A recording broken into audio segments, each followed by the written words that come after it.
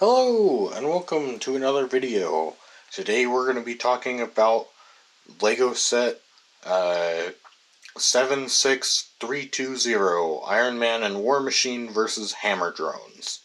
It's got 204 pieces and retails for about 23 bucks here in the United States. Now you can get it on Amazon for cheaper, and I'm sure if you look around you can find some more local deals. But I got this set because it does kind of look good to me. As far as value goes, I don't know that it's all there. I mean, you do get four basically figures, but comparing it to like Lego Star Wars, right? That is hopefully the new price of a standard battle pack. Hopefully they don't try and raise it again. Um, but, it does feel like you could need, or you should probably get a few more figures, or a couple more figures, I should say. Because, I mean, the builds, they're nice. There we go. The builds are nice. And the figures are pretty good, too. One thing I will say is that War Machine is a little disappointing. Because if we flip up his face panel, you'll see he just has a standard figurehead. He doesn't have that like red HUD display that Tony has. Tony's got the blue version, and he doesn't have the red version, which is a little disappointing. Also, his gun on the shoulder, it can move very slightly out, but because of its square shape, it bumps into the brick. So that's about the full range of motion on it, which is a little disappointing, especially because there are other parts that they could have used that would have allowed this same gun to have more rotation in it. But overall, it's a neat set.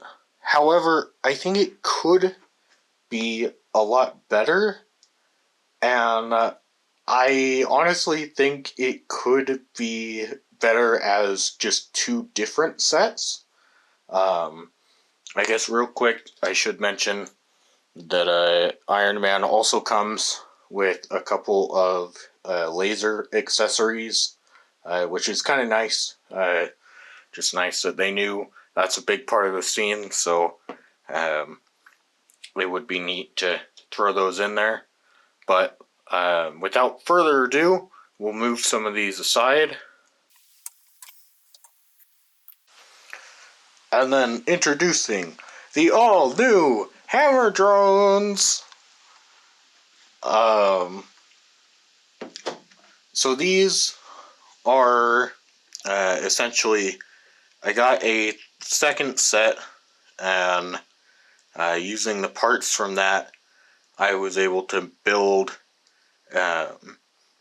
essentially all four of the types of hammer drone, and I did find it kind of weird. Now, I will say, I don't think LEGO was entirely in the wrong for making this one in sand green. However, because, I don't know, some renders I've seen have it as more of an olive green, which I've got that one piece right there at the neck on that one in olive green. But I would say that most renders and most of the shots from the movie have it in a tan coloring, which I don't know, maybe LEGO was like, that's too military. So I made that one in tan. I turned the flick fire missile around, and I used this pearl light gray missile just because I think that's kind of neat that if they had done that, then you can actually recreate like what the turret looks like on its shoulder, because it's got like this big heavy cannon mount. I also changed the color of the antennas, just because I think on the original, the black ones, they just, I don't know, they don't stand out enough, I guess. Like, I don't know, to me, they just kind of disappear into the design as black, whereas I think as like gray or um, their proper given colors, they show up a lot better. Um, I also replaced some of these pieces with the trans satin equivalents, just because, honestly, at this point, like, I get it, for 2012, for quite a while, these thrusters, the regular transparent did fair and, like, did well. However, I honestly think that if they had made them in like satin trans red or satin trans light blue, like I think they just look that much cleaner, um, and that much better. But essentially, the worst one that I will say that I made, the one that I'm most apprehensive on, is the sort of Air Force one. Mostly because I think the color that would be proper for it is this, I believe it's medium blue color here. Um, However, I don't have a lot of those pieces, and frankly, I'm not sure if a lot of these pieces even come in that medium blue. Um, so we stuck with sand blue. And obviously those would end up being medium blue. And I wasn't quite sure, just taking Lego's basic design, exactly how to modify it into the Air Force one. Because the Air Force one has like kind of a jetpack on the back, which seems a little silly considering it already, like, they all fly. Um, but so I tried to capture that and a lot of the little winglets that you see on the in-universe model. Um, but that one I'm not so keen on. Um, the tan one is essentially just a color swap from the set, plus the missile that I mentioned earlier. So there's nothing super big about that. I guess the other thing to point out would be in universe, it's got, I think they're grenade launchers or like rocket launchers on its wrists. So I thought that that would be a real easy way to kind of show that off by just putting that down on the bottom of its wrists. And, it doesn't have to be super detailed because, like, these are intended to be battle packs, right? Um, but so then moving on to our Marine, because yeah, that's, so we've got, here, I'll put him there. We've got Air Force, Army, Marine, and Navy. Um, and so moving on to our Marine, the in-universe model has these kind of thick, like almost shield things on the arms. So I made those a bit wider.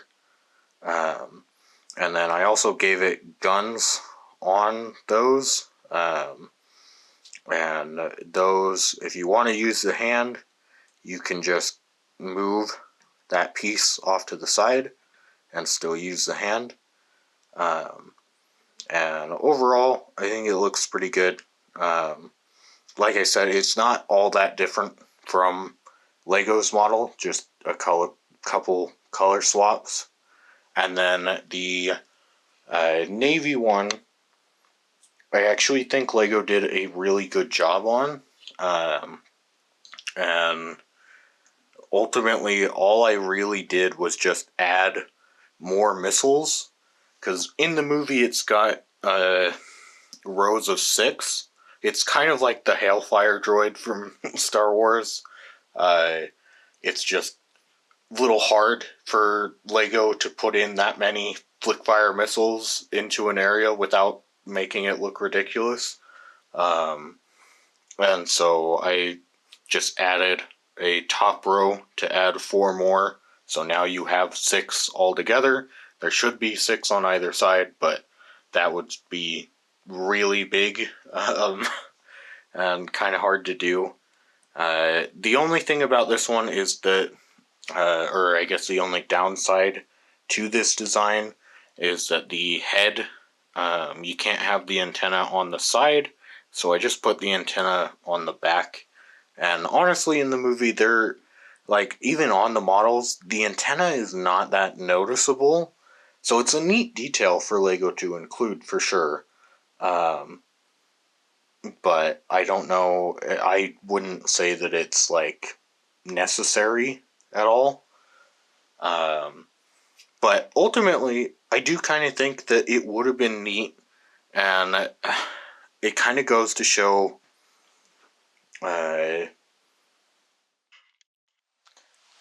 Lego's current, I don't know if I'd say marketing strategy, but it just sort of the waves of sets that they give out, where I think right now Lego is in quite the identity crisis, where they're just trying a bit of everything to see what sticks. And while I think that's probably necessary and, is probably good moving forward to actually know what sells and what doesn't, I do think it would be nice to have actual waves of things, It'd be nice to get more than one microfighter at a time, There was a time when we got 6 microfighters all at once. It'd be nice to get more than one battle pack at a time. And, and for Lego Marvel, I honestly think you could have split these up pretty well. Because I know that the Air Force and Marine models don't really lend themselves to having these big play features on them. And so I think you could have easily split it up by putting the Marine or the Air Force Army one with Rhodey and either Whiplash or Justin Hammer, and then do a separate set that has the Marine and Navy one with Iron Man and Whiplash or Justin Hammer. I think that could have been neat, but ultimately they just didn't go with that. That's all right. Like I said, the set as is a neat set. Maybe a tad bit overpriced though. I mean, if you can get it for $18 on Amazon, that's a good deal. But yeah, overall, that's kind of my thoughts on this set and what it could have been. What cool ways there are to modify it. And yeah, I hope you enjoyed. And I'll see you next time. Bye bye.